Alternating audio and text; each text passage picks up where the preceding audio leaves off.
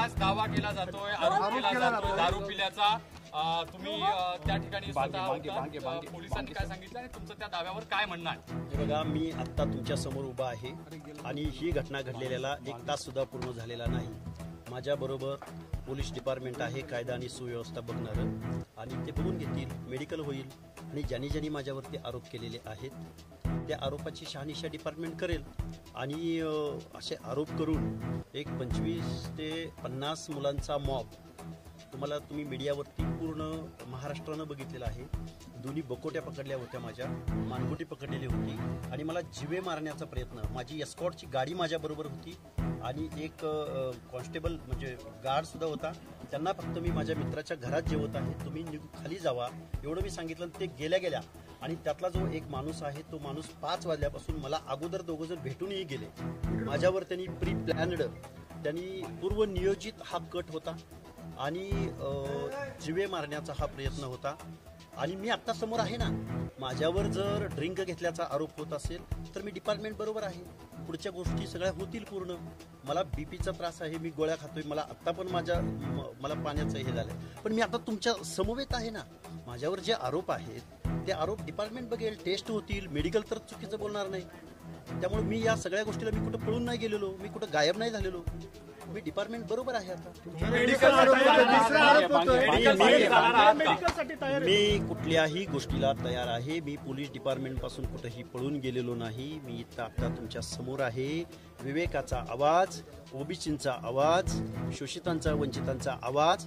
जर माझ्यावर कुणी दारू पिल्याचा आरोप करून संपवू पाहत असेल तर त्या गोष्टीला मी तयार आहे. आरोप होतो तुमचा, गोठ्यामध्ये तुम्ही होता कुठं, कसा काही एव्हिडन्स असेल तर द्यावा. तसं काही कुठल्या हॉटेलमध्ये पिलो, कुठल्या बारमध्ये गेलो किंवा कुठं गेलो याचा एक जर एव्हिडन्स असेल तर महाराष्ट्राच्या कॅनव्हासवरती, महाराष्ट्राच्या मीडियावरती, महाराष्ट्राच्या सार्वजनिक जीवनात हा लक्ष्मण हाके कधीच तुम्हाला दिसणार नाही.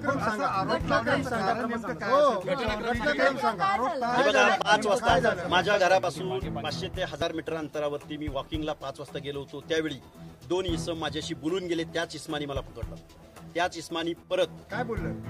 त्यावेळी माझ्याशी नॉर्मल बोलले, गेवराईचं वगैरे असं बोलले. तो गेवराईचा माणूस आहे, तो माझ्याशी बोलला सुद्धा. आणि परत मी जिथून खाली निघतो त्या ठिकाणी 5 ते 6 4 व्हीलर आल्या आणि तिथून बाहेर पडत असताना मोटरसायकलवर मी होतो. माझे दोन्ही हात पकडले, मानगुटी पकडली आणि मला जीवे मारण्याचा हा प्रयत्न होता. मद्यप्राशन केलेलं नाही, दारू घेतलेली नाही असं मी आता पोलीस डिपार्टमेंट समवेत आहे. मी तुमच्या समोर आहे. मी कुठेही पळून जात नाहीये, मी कुठेही पळून जाण्याचा प्रयत्न केलेला नाही. मी आत्ताही पळून जाणार नाहीये. आणि मी जर ड्रिंक घेतला असेल तर 1 तासापूर्वीची गोष्ट आहे, दिसेल ना, माझ्या रक्तामध्ये दिसेल. अजून कुठं काय जे काही मेडिकल आहे मी आहे ना, मी तपासण्याची मागणी केलेली आहे. माझ्या काही तपासण्या मी स्वाधीन आहे तुमच्या. हाके साहेब ऐकून घ्या, त्यांनी एक ससूनची जी तपासणी. अहो साहेब, मी आता तुमच्या समवेत आहे ना, मी पळून गेलोय का कुठं? त्यांनाही जीवे मारण्याची हातापाय माझे 2 हात पकडलेले होते, मानगुट पकडलेले होती. मीडियामध्ये आहे, लाईव्ह केलेलं आहे त्या बांधवांनी सगळ्या. ते ठिकाण हे ठिकाण कान्हा चौक, ते श्रीकृष्ण मंदिर आहे. श्रीकृष्ण मंदिर आहे स्टेट बँक ऑफ इंडियाच्या अपोजिट साईडला. आणि बाजूला मुकादमांची बिल्डिंग आहे, मुकादम बिल्डिंग म्हणून ओळखली जाते, त्याच्या अपोजिट टिळेकर नगर परिसर. आता लिहितोय मी पोलीस कंप्लेंट. साहेब, तुम्हाला पोलीस सुरक्षा आहे, सुरक्षा आहे, त्यावेळेस ती सुरक्षा कुठं होती? माझ्या बरोबरच होती. जोपर्यंत माझ्या बरोबर कॅनवाई गाडी होती, जोपर्यंत माझ्याबरोबर गार्ड होता, तोपर्यंत ही माणसं माझ्याशी बोलून गेले. पण ज्यावेळी मी फक्त माझं मित्राचं छोटं घर आहे, त्या घरात मी जेवण करतोय, मी जेवण केलं. जेवण करेपर्यंत तुम्ही बाहेर थांबा किंवा खाली जावा एवढंच मी सांगितलं. आणि परत मी मोटरसायकलवर बसून घराकडे येतो. साधारण 7 ते 8च्या दरम्यान. 7 ते 8च्या दरम्यान कान्हा चौकाच्या दरम्यान. पोलिसांना आम्ही कळवलं ज्यावेळी एवढा मोठा मॉब आला आणि त्यांनी घोषणा सुरू केला डायरेक्ट. आणि दोन्ही हात पकडले आणि माझ्याकडून ते वधवून घेत होते की दारू पिलास की नाही सांग, दारू पिलास की नाही सांग.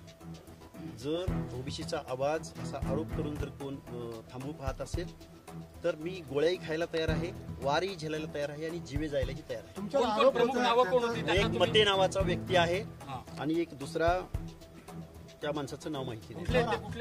एक डेक्कनचा आहे, एक वरतीच राहतो, इथंच या गोकुळनगर परिसरात असतो. तुम्ही त्यांना ओळखू शकता. त्यांनी जारंगे पाटील बद्दल काय विचारलं होतं का? विचारलं त्यांनी, तुम्ही राजांना असं बोलला, तुम्ही अमक्यांना तसं बोलला, हे त्यांचे आरोप होते. त्या लाईव्ह व्हिडिओमध्ये सगळं आहे. तुम्ही त्या टायमाला फावडा घेऊन त्याच्या मागे पळाले असे त्यांचं म्हणणं आहे. हे बघा, ज्यावेळी 25 माणसं माझ्या अंगावर आले त्यावेळी मी एकटाच होतो. त्यामुळे मी जर कुठं फावडा घेऊन गेलो किंवा काय घेऊन गेलो असेल तर दिसेल त्या तर आपला कॅनव्हास कुठे होता त्या टायमाला? कॅनवा नव्हता माझ्याबरोबर, हे मी तुम्हाला अगोदरच सांगितलं. खाली तर असं तुम्ही खाली घराच्या जवळ असेल किंवा गेला असेल तरी कॅनवा ज्यावेळी रोडवरून मला जायचं असतं त्यावेळी मी कॅनवाला. या सगळ्या संदर्भात तुमचं नेमकं काय म्हणणं आहे?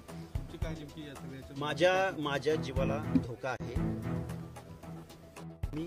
माझा जीव गेला तरी चालेल. मी ओबीसींची आणि भटक्या विमुक्तांची, कायद्याची आणि संविधानाची भाषा कधीही सोडणार नाही. आणि डिपार्टमेंटला माझं सगळं सहकार्य आहे, मी त्यांच्या बरोबर आहे. तुमच्यासोबत असं घडू शकतं म्हणून तुम्हाला सुरक्षा दिलेली आहे अगोदर. तरी असा प्रकार घडतो तर मग आता हे काय हवंय? माझं काय याला काय म्हणायचं? पुढची मागणी बघा, मी ओबीसीचं आंदोलन कुठल्याही परिस्थितीमध्ये सोडणार नाही.